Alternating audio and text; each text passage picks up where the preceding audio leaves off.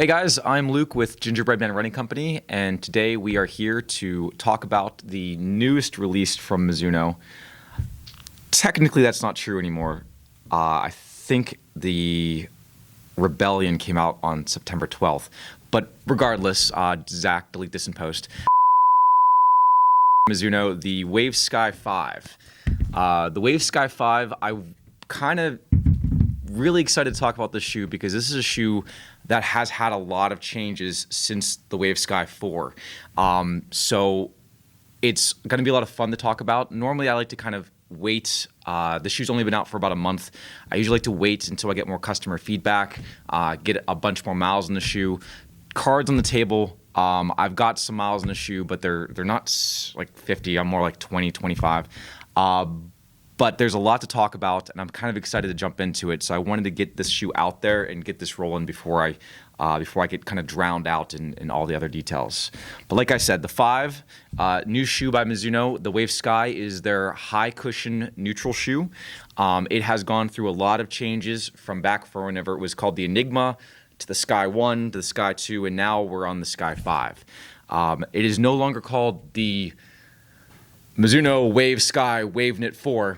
It is now called the Mizuno Wave Sky 5. So first of all, good job, Mizuno, for kind of clarifying that naming process. We didn't need to have the redundancy of 2 waves in the same name, so we got that taken care of.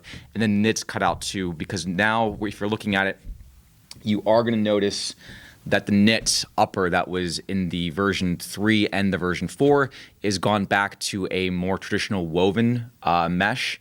I'm not going to call it engineered mesh because in the 5, it doesn't fit or it doesn't move like an engineered mesh. It has a little bit of stretch to it. It is a different kind of feel. Aesthetically, I was on the fence about it at first, but it does kind of move with the foot pretty nicely, and it does a good job of kind of giving you adaptability across the toe box, which is what I like to see in a shoe. So upper, like I said, I wasn't a huge fan of the wave knit. When given the choice between engineered mesh and wave knit, I've tended to go more towards the mesh, and that was a good choice for me. It doesn't hug your foot as tight as the version prior, and I feel like that was a pro for me, but if that's something you liked in the version 4, kind of keep that in the back of your head. The upper is not the main change in this shoe, though. The big change is that they are debuting their brand new foam called Mizuno Wave. What's it called, Zach? Thank you. Energy Core. And I am specifically not allowed to call this the butthole of the shoe. But if you look at the butthole of the shoe, this little red piece here is the internal red foam of the Energy Core foam. It is 293% softer than typical EVA foam, and it is 56% more propulsive than EVA foam. So it is a kind of bouncier, softer, all-purpose kind of foam. But the reason it's buried inside the shoe is because it doesn't handle abrasion very well. So they've got a small little window where you can see it, but that red foam, that Energy Core, is inside the heel and the midfoot of the shoe to give it a little bit more kind of bounce and pop. It has replaced the X-Pop foam that you had from the version 4 and is still in some other versions of Mizuno shoes. And again, the X-Pop was more of a thermopolyurethane foam, where this guy is a proprietary foam, which I don't know what to call it right now. Again, it's a improvement. It did have some setbacks as far as abrasion, but with it being buried inside the shoe, that's not something you should really have an issue with.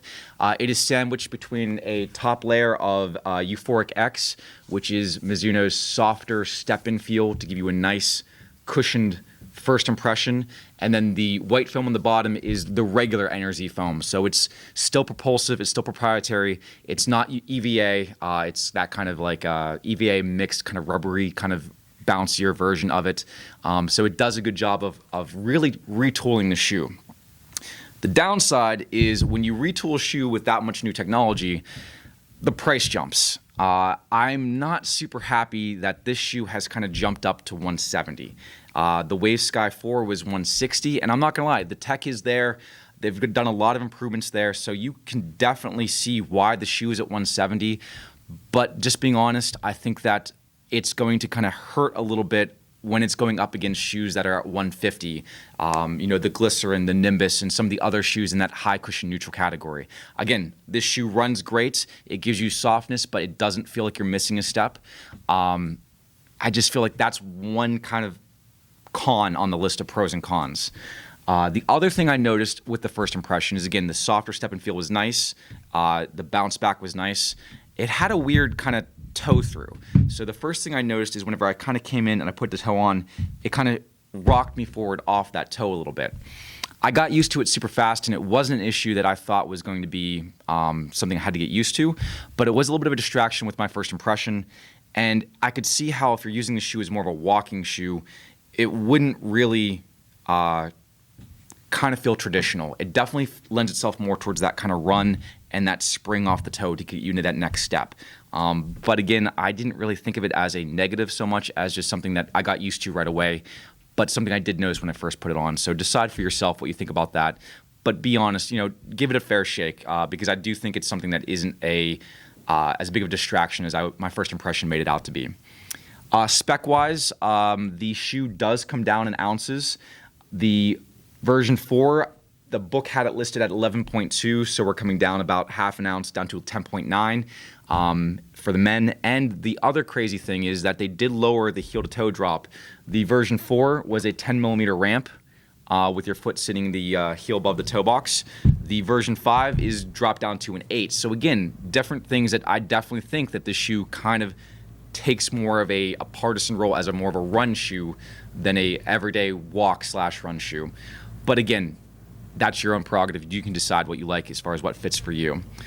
Overall, it's lighter, it's bouncier, it's cushioned, it does everything I want it to do. I think it's a little ahead of the price curve, but I do think it's worth it. The premium upgrades are very premium, and I don't hate the upper.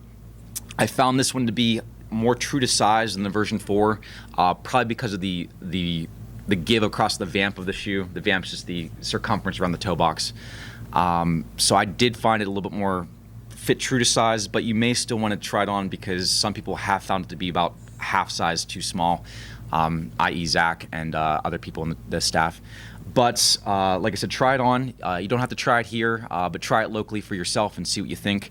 I do think you'll like the shoe if you're looking for a high cushion, do everything shoe that definitely can handle the running and energy return of a up-tempo kind of pace as well, kind of a do-it-all kind of shoe.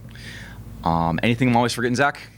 As always, thank you to Brandon from That Painful Music for supplying our intro and outro music. And if you are able to swing by, check out the shoe for yourself. Other than that, stay classy, San Diego.